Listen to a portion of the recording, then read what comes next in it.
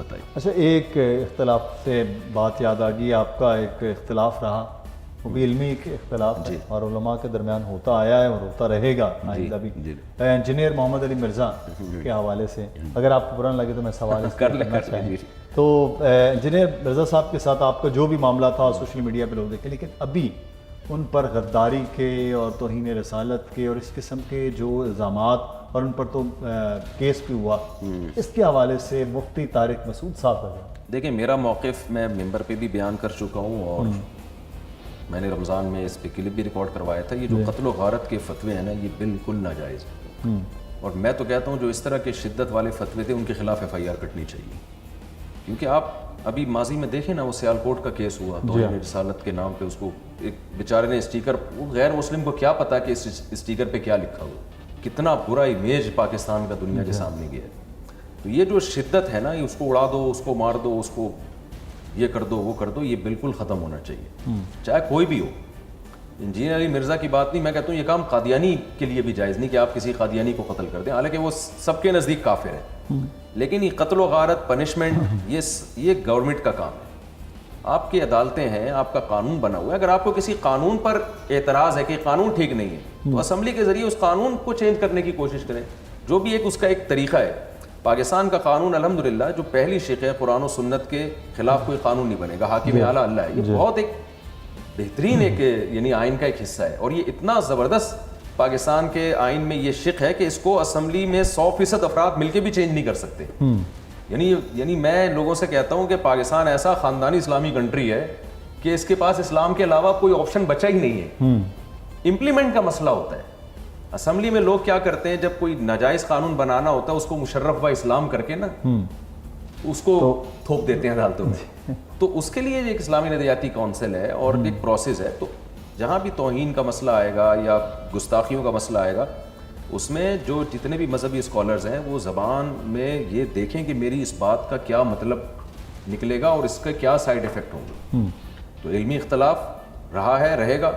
اور مرزا جو انجینئر مرزا سے تو بڑے سنگین نوعیت کے اختلاف ہیں ہمارے، یعنی اس کو ہم ایسے نہیں کہہ سکتے کہ جو ایک عام اختلاف ہوتے ہیں، لیکن یہ جو گالی گلوچ کا مسئلہ ہے اور اس طرح سے جو ایک شدت پسندی اور اڑا دو اور یہ کر دو اور وہ کر دو اور لٹکا دو، مار دو، یہ بالکل ناجائز ہے. اور میں سمجھتا ہوں کہ اس طرح کی دھمکیاں اگر کوئی دیتا ہے تو اس کے خلاف FIR کٹنی چاہیے.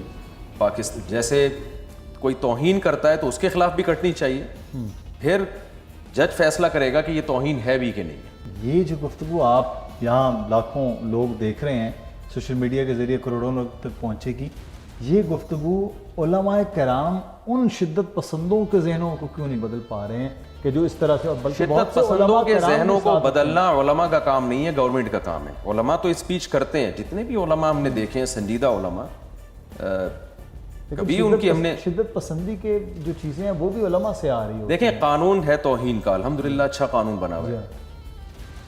یہ ہونا چاہیے کہ FIR جب آپ جاتے ہیں تھانے میں تو SHO پہ دباؤ نہ ہو اتنا کہ وہ یہ دیکھ رہے کہ یار FIR بنتی نہیں ہے پھر بھی میں نے کاٹنی ہے ورنہ مجھے کاٹ دیں گے. یہ جب کورٹ میں کیس چلتا ہے تو جج کو جج کرے حقیقت میں کہ یہ واقعی اس نے توہین کی ہے کہ نہیں کی.